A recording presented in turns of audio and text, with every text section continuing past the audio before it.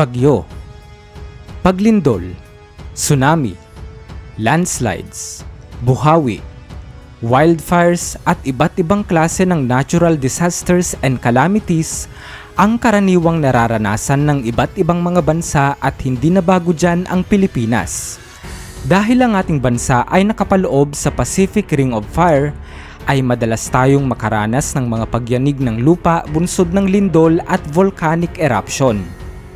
Hindi lang yan, tayo rin ay nasa kanluraning bahagi ng Pacific Ocean na siyang daanan naman ng mga bagyo o kilala naman bilang Pacific Belt.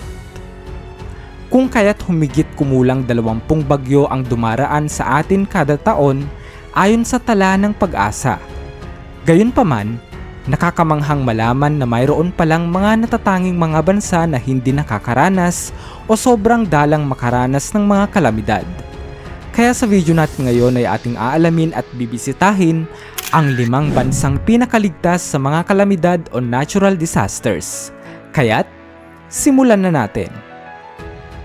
Ngunit bago yan, kung bago ka pa lang dito sa ating channel at interesado ka sa ganitong mga content na tumatalakay sa siyensya, discovery, conspiracy, kakaibang pangyayari, katatakutan at iba pa, ay pakipindot mo na din ang subscribe at bell button para lagi kang updated sa mga bagong uploads ko.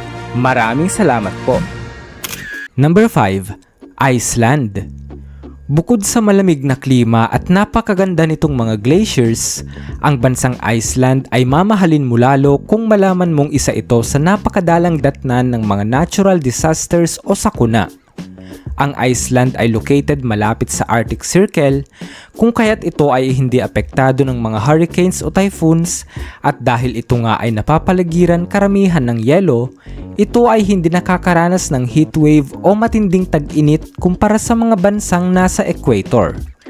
Kung makaranas man ng natural disaster ang Iceland, ito ay dulot lang ng pagbaha dahil sa pagkatunaw ng mga glaciers o minsan ay sanhi ng pagputok ng ilang mga bulkan sa ilalim ng mga yelo. Ang huling major glacial flood sa bansa ay naitala pa noong 2021 sa pagputok ng Grímsvötn volcano.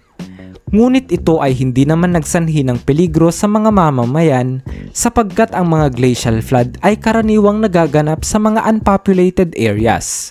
Idagdag mo pa ang maliit na populasyon ng Iceland na nasa humigit kumulang 300,000 katao lamang.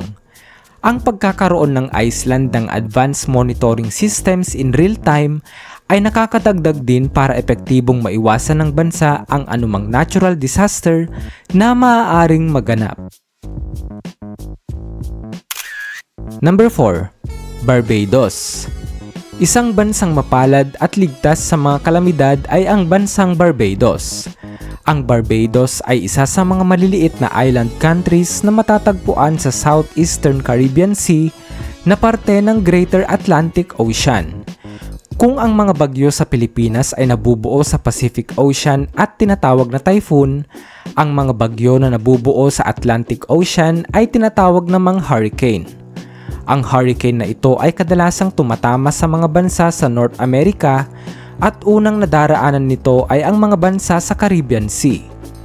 Kumpara sa ibang mga bansa sa Caribbean, ang lokasyon ng Barbados sa mapa na nasa dulong bahagi ng tinatawag na windward chain ay talagang pinagpala, sapagkat ayon sa datos, madalas man ang pag-ulan sa naturang bansa ay 4 na beses pa lamang itong dinaratnan ng mga bagyo sa nakalipas na 10 taon, at 2 lamang dito ang naglandfall, ang Hurricane Thomas noong 2010 at Hurricane Harvey noong 2017. Bukod pa riyan, wala ring bulkan sa Barbados at napakabihira rin itong makaranas ng pagyanig bunsod ng lindol.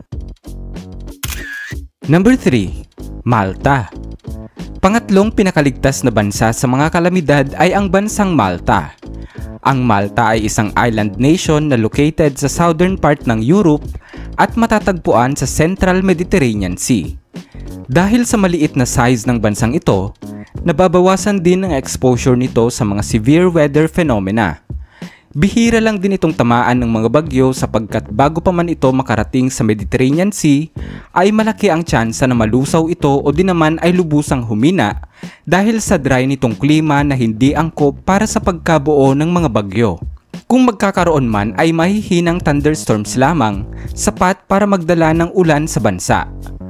Ang Malta rin ay nakatayo sa isang stable na seismic region, dahilan kung bakit hindi ito niyayanig ng malalakas na lindol.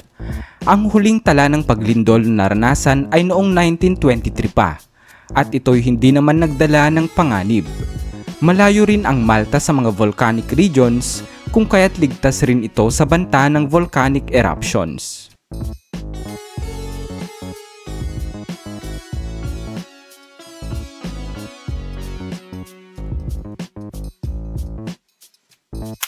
Number 2. Singapore. Isa ang bansang Singapore sa bukod-tanging Southeast Asian country na hindi nakakaranas ng mga mapaminsalang kalamidad o natural disasters. Ito ay dahil sa kakaiba at maganda nitong lokasyon sa mapa. Ito ay malapit sa equator at ito'y mayroong stable na tropical na klima at ito rin ay mayroong natural barriers sapagkat ang bansang Singapore ay napapalibutan ng mga bansang Malaysia, Indonesia at Brunei. Ang lokasyon nito ay angkop sapagkat ito ay hindi tipikal na daanan ng mga malalakas na bagyong nabubuo sa Pacific Ocean. Kung daraanan man ito ng bagyo, ay magiging minimal na lamang ang epekto nito pagdating sa Singapore. Ito rin ay malayo sa mga fault lines kung kaya't napakabihira nitong tamaan ng mga paglindol at kung walang lindol, ay mababa rin ang tsansa ng tsunami sa lugar. Ang bansa ay mayroon ding magandang flood management control at advanced drainage system para maiwasan ang pagbaha. Number 1. Qatar. Una sa ating listahan ay ang bansang Qatar. Napakaganda ng pagkakaposisyon ng bansang Qatar sa mapa. Bagamat maliit ang bansang ito, ay umaayon naman ito para hindi ito maging sentro ng mga sakuna tulad ng mga kalamidad. Ito ay makikita sa Arabian Peninsula sa tabi ng Persian Gulf.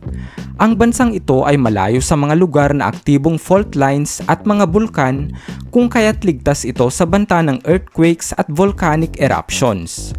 Hindi rin ito direktang naaapektuhan ng mga bagyo sapagkat ito ay nasa labas o outer part ng Arabian Sea at Indian Ocean.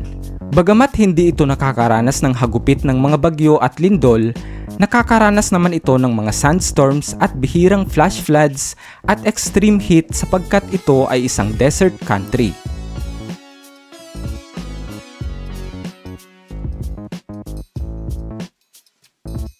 Ang bawat bansa ay may kanya-kanyang katangian at may pagmamalaking kaibahan sa isa't isa.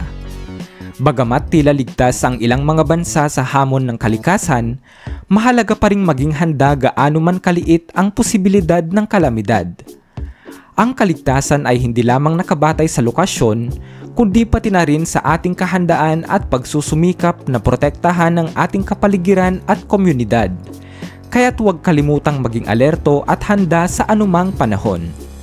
Ikaw kaibigan, nanaisin mo bang tumira sa isa sa mga bansang ating tinalakay ngayon? Ano ang masasabi mo rito? I-comment mo naman sa baba para malaman namin. Muli, this is Bright Owl PH and see you on my next video. Peace out.